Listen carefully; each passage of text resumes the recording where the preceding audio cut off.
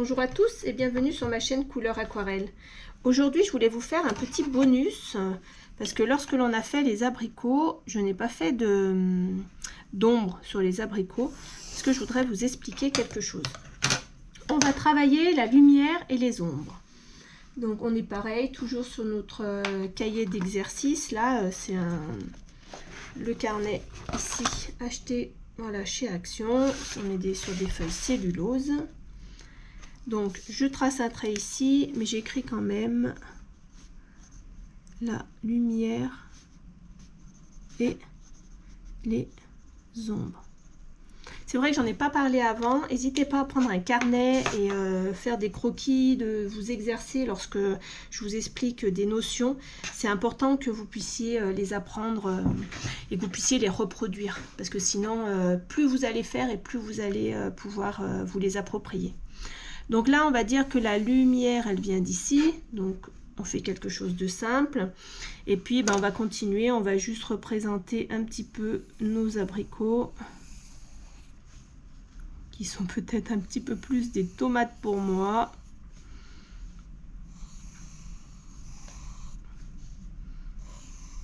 Voilà, on en fait plusieurs. Et donc là, on a notre soleil. Et notre soleil, donc notre point de perspective, il est là. Et lorsqu'on a une ombre, voilà, donc, alors on va faire, voilà, très succinctement, hein, c'est vraiment pour que vous compreniez.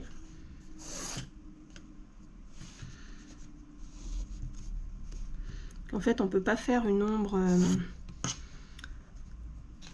la même ombre pour tous les objets quasiment parce que voilà, la réflexion du soleil sur l'objet.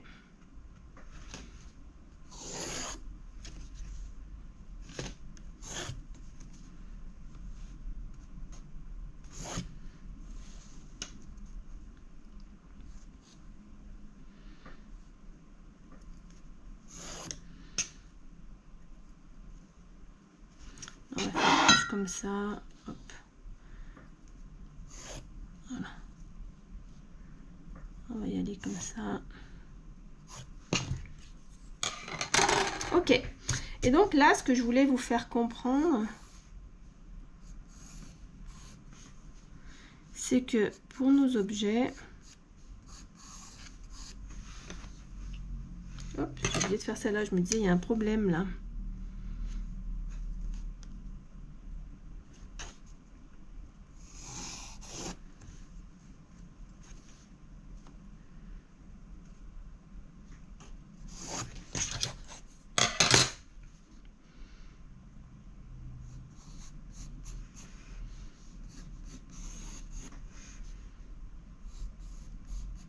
Voilà, là on va faire plus. On va pas, je vais pas exactement vous expliquer comment refaire l'ombre, la rondeur, tout ça, mais au moins vous expliquer que ici, donc quand vous avez un objet comme ça, là on a un abricot, donc on va prendre un orange qu'on avait pris précédemment là. Voilà. Et là donc notre ombre, elle va venir ici. L'ombre de celui-ci, il va venir ici.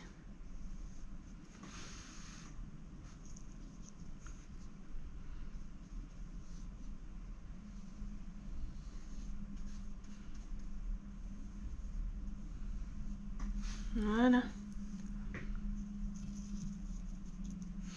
L'ombre de celui-ci, et ben voilà, si on se représente un petit peu, c'est dans ce sens-là. D'accord? L'ombre de celui-ci. Voilà, c'est comme ça. Et si on regarde, on n'est pas du tout sur le même axe par rapport à tous ces abricots. D'accord? Donc le point focal de notre lumière, c'est important de le connaître. Et donc là, Donc la couleur complémentaire du orange, c'est le bleu. Donc je vais aller chercher un petit bleu Outre-mer. Et je viens faire ici l'ombre propre de l'objet. L'ombre propre, c'est l'ombre qui fixe l'objet au sol. Si on ne fait pas cette ombre-là, l'objet il est volant, il s'envole. Si on fixe l'objet avec l'ombre propre, l'objet il est posé sur la table, il est posé au sol. Voilà, donc j'espère que ça vous apportera un petit peu plus sur la lumière et les ombres. On a parlé de la lumière, vous savez, par rapport à la couleur de l'abricot. Alors on va peut-être venir ici, on va peut-être le faire aussi. Donc je vais prendre un petit peu de jaune. Voilà, donc là on a la lumière qui vient se refléter bien ici. Voilà, sur l'objet. Pareil, on ne fait pas un chef-d'œuvre hein, là, hein. On fait juste travailler les lumières et les ombres. Et donc là ici,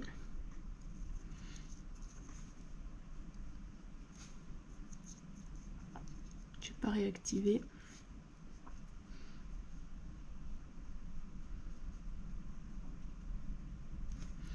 Hop, et si on veut, on met un petit peu plus donc de violet.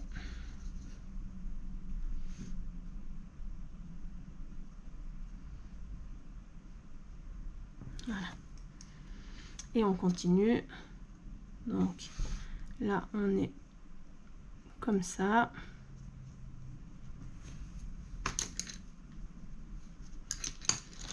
Hop. Je prends différents pinceaux, comme ça c'est plus facile pour moi pour vous expliquer. Hop, on met là.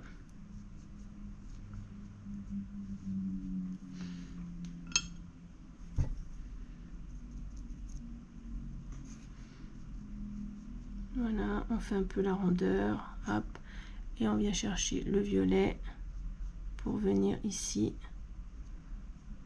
voilà, accentuer. On fait pareil, donc l'autre côté, c'est ici que la lumière vient se refléter.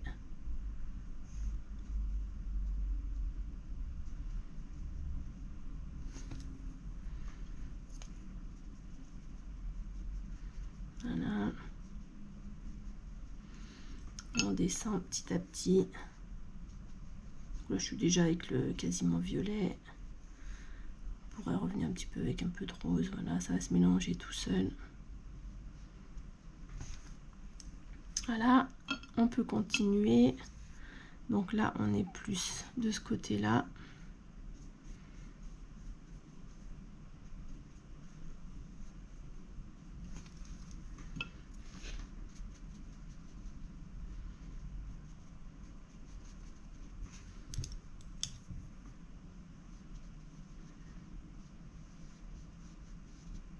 Voilà, là je fais en gros hein, pour vraiment vous faire comprendre les notions.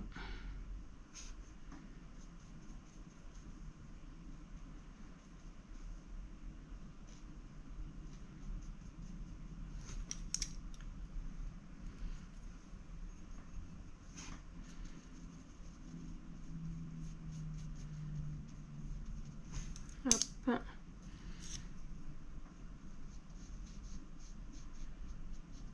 Voilà. Voyez? Donc là, vous comprenez un petit peu. Alors là, ici, on n'a plus trop de jaune. Ça m'embête un peu parce que c'est dommage que vous restiez pas avec. Voilà, ici, je ne sais pas si sur ce papier-là, je peux faire des ouvertures de blanc. Je vais essayer.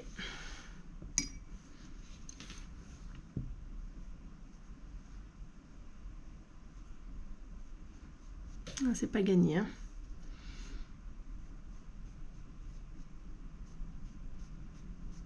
Voilà, un petit peu mieux, mais on n'est pas là. Après, est-ce que je peux apporter un jus jaune? Je pense pas, je pense que le papier est saturé. Voilà, on verra bien si après par-dessus, ça va prendre le dessus. Donc voilà, si vous arrivez comme ça faites des exercices, faites des tomates, faites des poires, faites des objets quand même ronds, d'accord? Comme ça, vous pouvez travailler encore la rondeur, vous pouvez travailler la lumière, en fait le soleil, voilà la lumière qui vient se refléter ici, ça peut être une lampe, hein. Et puis ici les ombres. Après, tout dépend de la hauteur aussi de la lumière, c'est-à-dire que si on l'avait mise basse, ici la lumière, ou si on l'avait mise haute, d'accord? C'est important la différence. On aurait pu la mettre encore plus haute. Donc, je vous laisse travailler cet exercice. On en fera d'autres sur les lumières et les ombres. Mais celui-ci, c'est le petit bonus à la suite du cercle chromatique. Et toujours pour aller plus loin. Et ben, je vous dis à très bientôt. Merci de me suivre.